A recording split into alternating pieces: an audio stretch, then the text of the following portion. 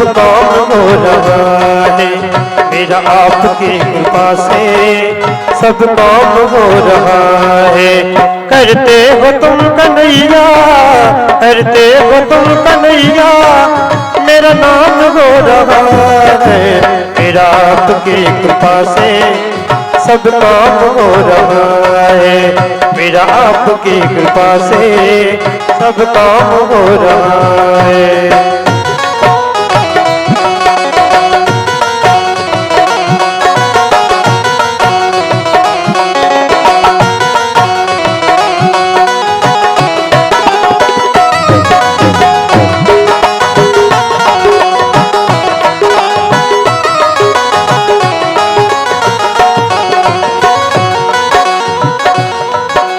पतिवार के बिना ही मेरी नाव चल रही है। पतिवार के बिना ही मेरी नाव चल रही है। हैरान है जवाना हर चीज मिल रही है। हैरान है जवाना हर चीज मिल रही है।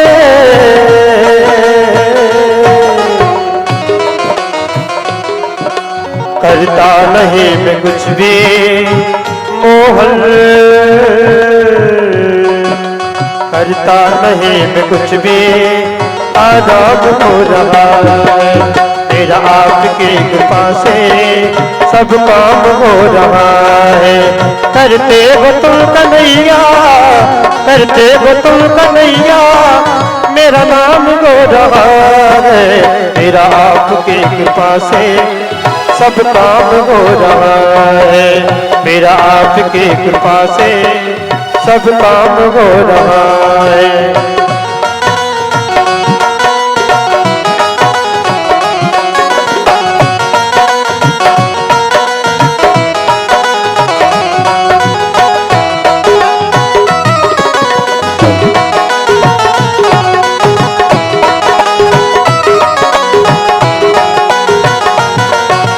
तुम साथ हो जो मेरे किस चीज की कमी है। तुम साथ हो जो मेरे किस चीज की कमी है। किसी और चीज की अब दरकार भी नहीं है। किसी और चीज की अब दरकार भी नहीं है।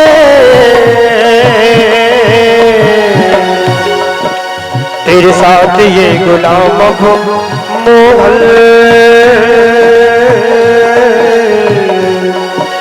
तेरे साथ ये गुलाम अब गुलफाम हो रहा है।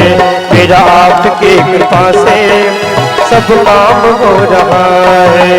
करते हो तुम कन्हैया, करते हो तुम कन्हैया, मेरा नाम हो रहा है। मेरा आपकी कृपा से सब काम हो रहा है। मेरा आपकी कृपा से सब काम हो रहा है।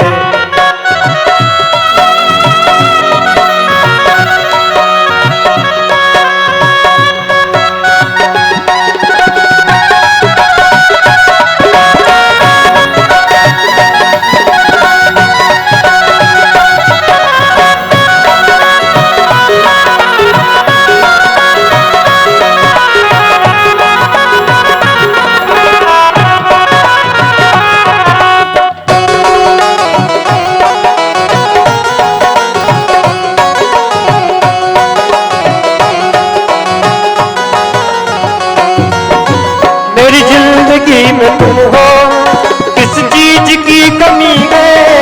मेरी जिंदगी में तुम हो मोहन, मेरे प्यारे मोहन। मेरी जिंदगी में तुम हो किस चीज की कमी है। मुझे और अब किसी की परवाह भी नहीं है। मुझे और अब किसी की परवाह भी नहीं है। तेरी बदौलतों से मोहन, तेरी बदौलतों से सब काम हो रहा है। तेरी बदौलतों से सब काम हो रहा है। करते हो तुम कन्हैया, करते हो तुम कन्हैया, मेरा नाम हो रहा है। मेरा आपकी कृपा से सब काम हो रहा है। मेरा आपकी कृपा से सब काम हो रहा है। मेरा आपकी कृपा से सब काम हो रहा है। सब काम हो रहा है। सब काम हो रहा है। सब काम हो रहा है। बोलिए बांके बिहारी लाल की जय। यति के पुरु नाम के पुत्र से ही कौन सो वंश, पुरु वंश प्रारंभ होता है, जिसमें कौरव और पांडव का युद्ध हुआ है, महाभारत इनसे ही प्रारंभ हुआ है। इसी में राजा रंती देव की कथा आती थी। राजा रंती देव महान त्यागी है, भगवान के परम भक्त हैं। ऐसा अकाल पड़ा, ऐसा समय आया कि खजाने में कुछ नहीं बचा। सारा धन, सारा अनाज अपने प्रजा को लुटाते, घर में कुछ नहीं बचा। ऐसे महान त्यागी राजा रंती देव। राजा रंती देव के बाद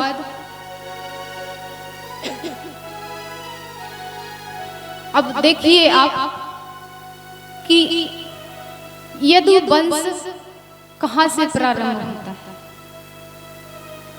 हर, जैसे हमने बताया था कि सिर्फ 4 ऐसे वर्ण हैं जिससे नाना प्रकार की जातियों को बनाया गया है।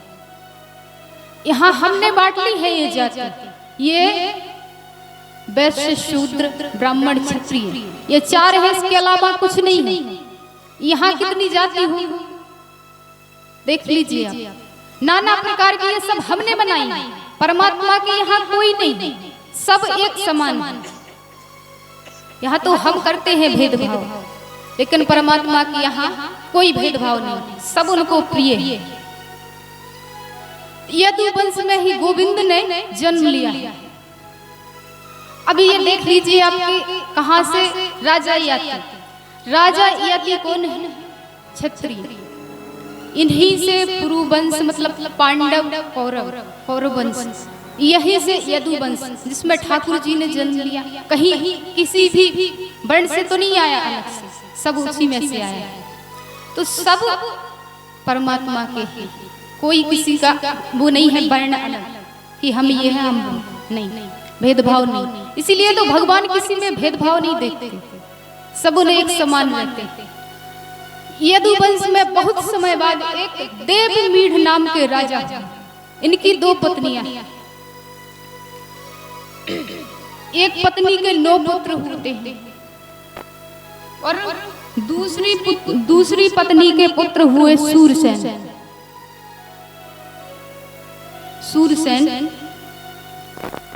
सूरसेन बड़े भी परमात्मा में प्रेम रखते, भक्ति करते, भजन करते परमात्मा का, जिसमें अभी कंस का जन्म होने वाला है ना। कंस आएगा तो उग्रसेन जो है ना, उग्रसेन के पुत्र ही कंस है, सबको पता है, सब कथा सुनते हैं। देखो सब, ऐसा नहीं है कि अब कथा सुनने नहीं मिलती, सबको मिलती है, सब जानते हैं। तो जो उग्रसेन के राजा मथुरा में रहते थे, इनके बहुत समय निकला, कोई पुत्र नहीं हुआ। इन्होंने वो पुत्र कामेष्टि यज्ञ कराया। पुत्र कामेष्टि यज्ञ कराने पर इन्हें एक पुत्र प्राप्त हुआ, जिसका नाम है कंस। इनकी पत्नी गर्भवती हुई। पत्नी पर एक धूमिल नाम का राक्षस है, उनकी छाया पड़ गई।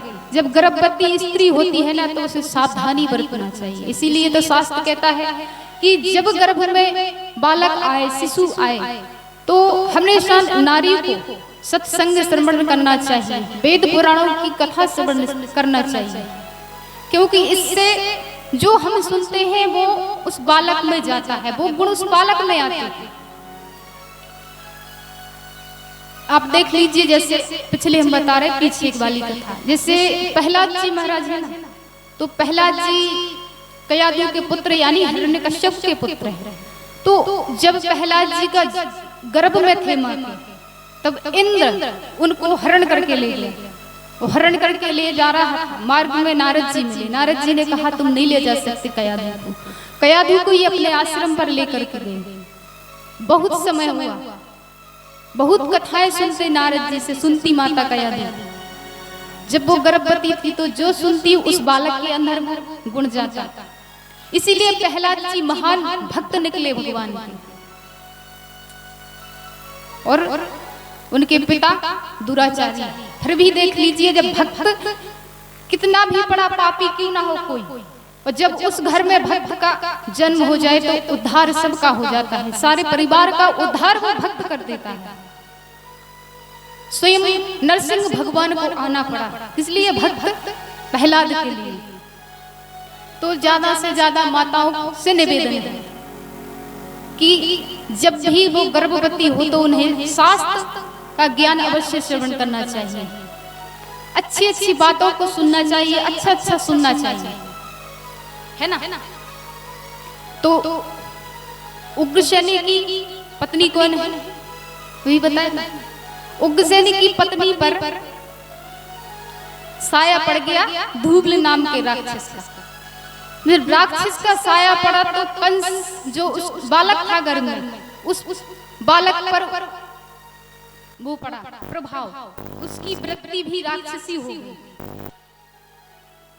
अब एक दिन उग्रसेन ने संतों को बुलाया, संतों से कहा कि महाराज हमारी पत्नी इस समय गर्भवती है और आप तो परम ज्ञानी हैं, अब बताइए कि हमारा जो पुत्र होगा वो कैसा होगा, गुण में भक्त होगा, आखिर जानकारी सब चाहते कि हमारा पुत्र होगा तो कैसा होगा।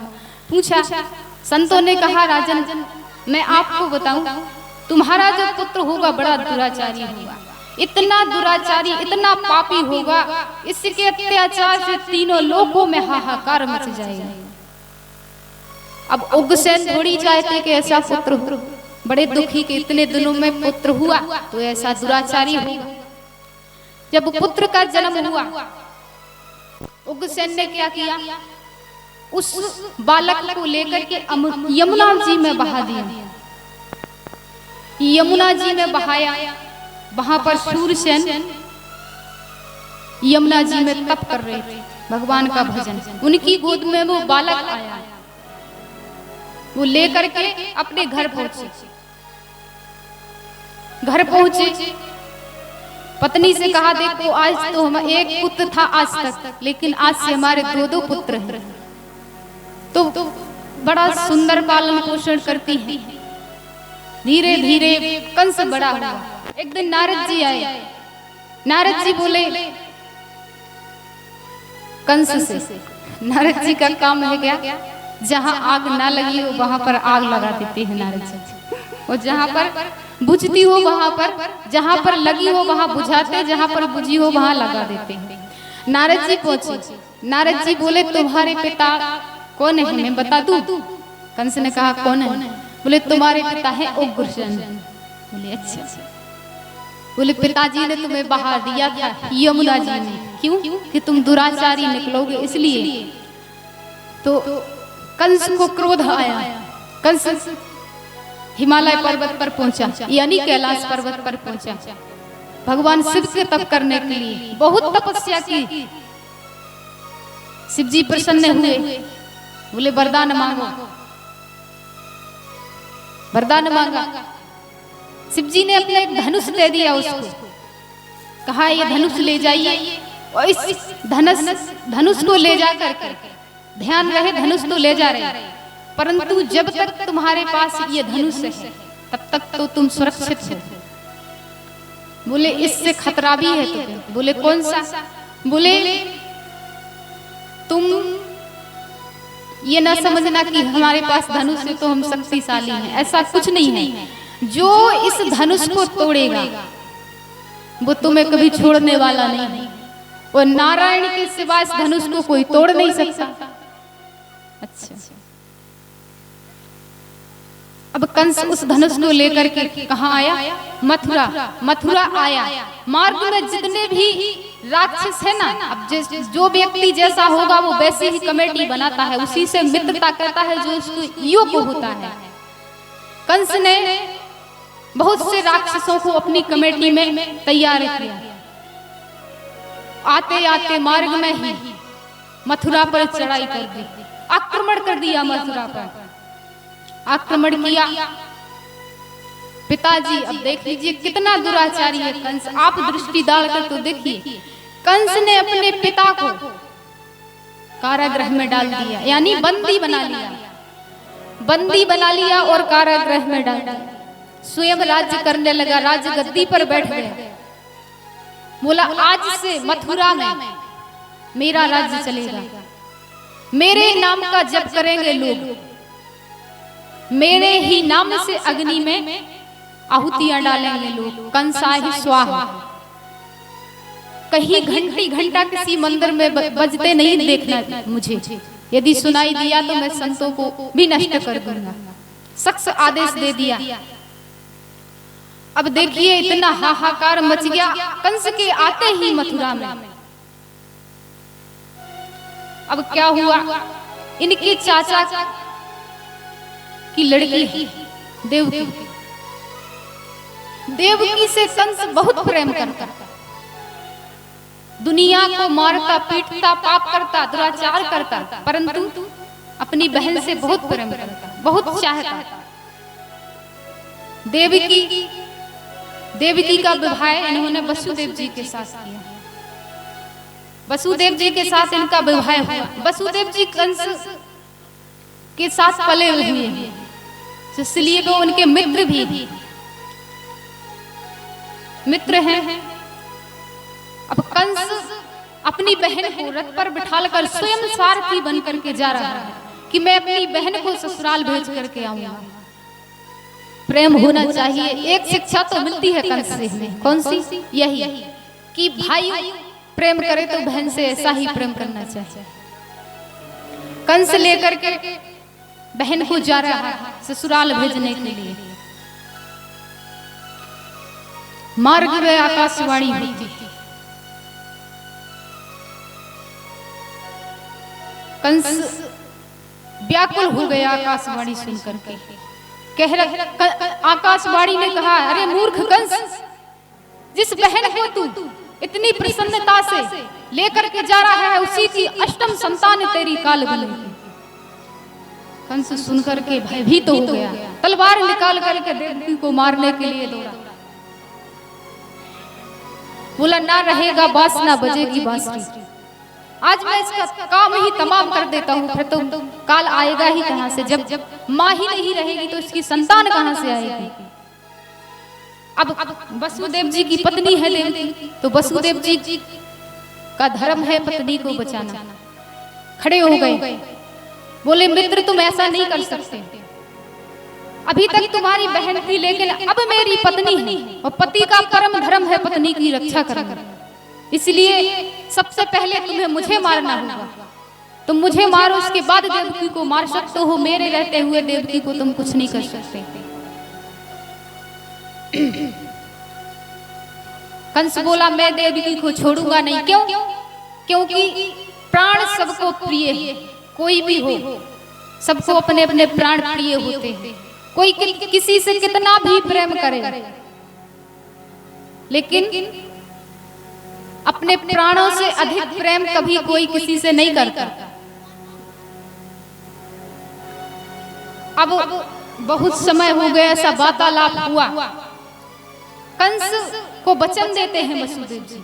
वसुदेव जी कहते हैं मैंने देखो जीवन में कभी असत्य नहीं बोला है। मैं तुम्हें वचन देता हूं कि देवकी की 1 से लेकर के 8 संतानें एक एक करके मैं तुम्हें सौंपूंगा।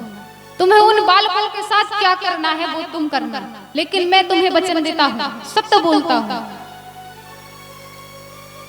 कंस बोला ठीक है, परंतु हम भी तुम्हें एक वचन देते हैं कि तुम्हें और देवकी को मैं तब छोड़ूंगा जब तुम मुझे एक वचन दोगे। बोले क्या? बोले तुम्हें मेरे साथ चलना होगा। कहाँ? मथुरा। मथुरा में जब तक देवकी की 8 संतानें जन्म नहीं ले लेती तब तक मैं तुम दोनों को छोड़ूंगा नहीं। कंस ले जाकर के कारागृह में डालता है देवकी और वसुदेव जी को।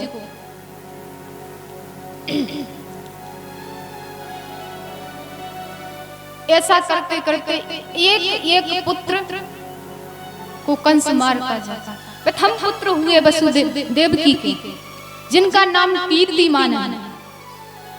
जब वो पुत्र हुआ उसे लेकर के वसुदेव जी अपने वचन को सत्य करने के लिए कंस के पास ले जाकर के पहुंचे।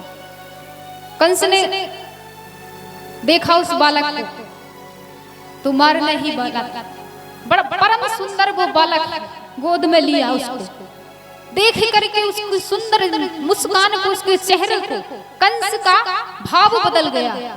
कंस कहता है कि ये नन्हा सा बालक मेरा क्या बिगाड़ेगा, मैं इसे नहीं मारूंगा। क्यों? मुझे तो अष्टम संतान चाहिए।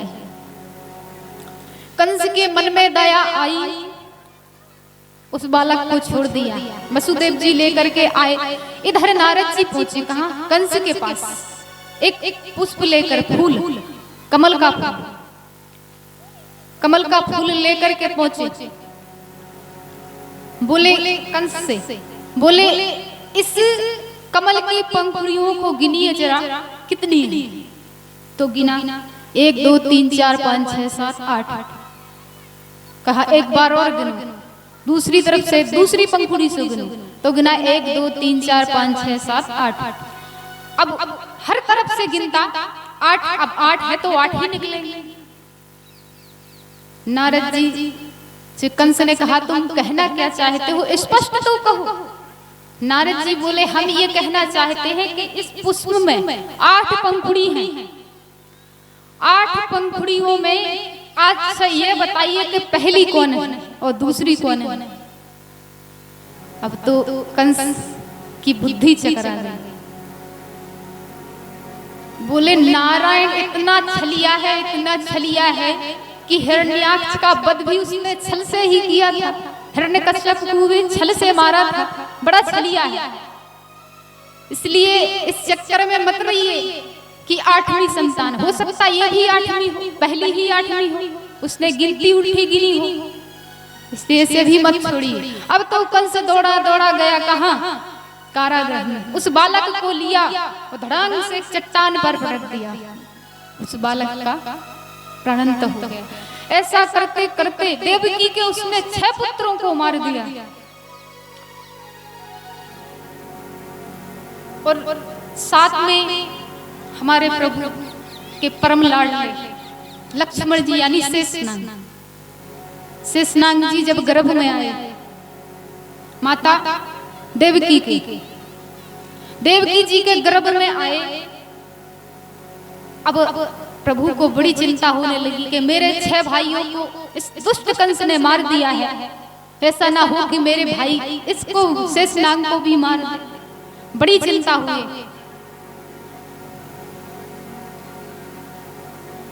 नारायण को चिंता हुई।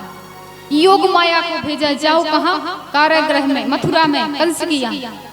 कंस के यहाँ जा करके देवकी में यानी मेरे होने वाले पिता और माँ बंधी है वहां पर मेरे भाई गर्भ में हैं, उनको जाकर के तुम गोकुल में लेकर के रोहिणी के गर्भ में स्थापित कर दो। माया ने देवकी के गर्भ से उसको गर्भ को निकाल करके माता रोहिणी के गर्भ में स्थापित कर दिया, इसीलिए इनका नाम संकर्षण भी है। बलराम जी को संकर्षण भी कहते हैं। संकर्षण। इसके बाद धीरे धीरे समय आया। अब ठाकुर जी भी आए। ठाकुर जी बालक हैं नन्हे से, परंतु चतुर्भुज रूप धारण करें। चतुर्भुज रूप में हैं, बड़े बड़े नेत्र हैं।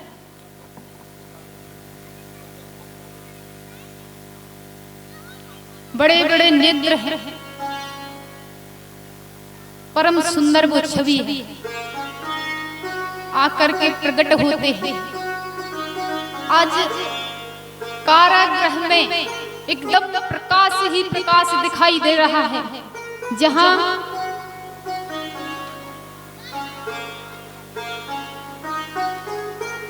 एकदम से सूर्य का प्रकाश ही प्रकाश है। आज बहुत समय हो गए देवकी ने कभी प्रकाश नहीं देखा। क्यों? क्योंकि जब से विवाह हुआ, जब से कंस ने उस कारागृह में डाला, तब से देवकी ने कभी सूर्य भगवान को नहीं देखा। परंतु आज मेरे गोविंद जब आए तो वो स्वयं प्रकाश है ना, जब वो स्वयं प्रकाश है तो उन्हें प्रकाश की आवश्यकता थोड़ी ना, तो वे अपनी समस्त ऊर्जा के साथ प्रकट हुए हैं।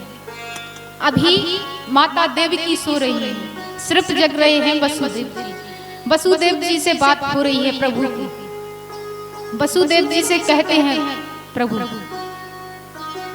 कि आपको याद है? बोले क्या? बोले आपने पूर्व मनु मंत्र में महान तप किया था, आप मनु और शत्रुपात थे। आपने, ऐसा शास्त्र कहता है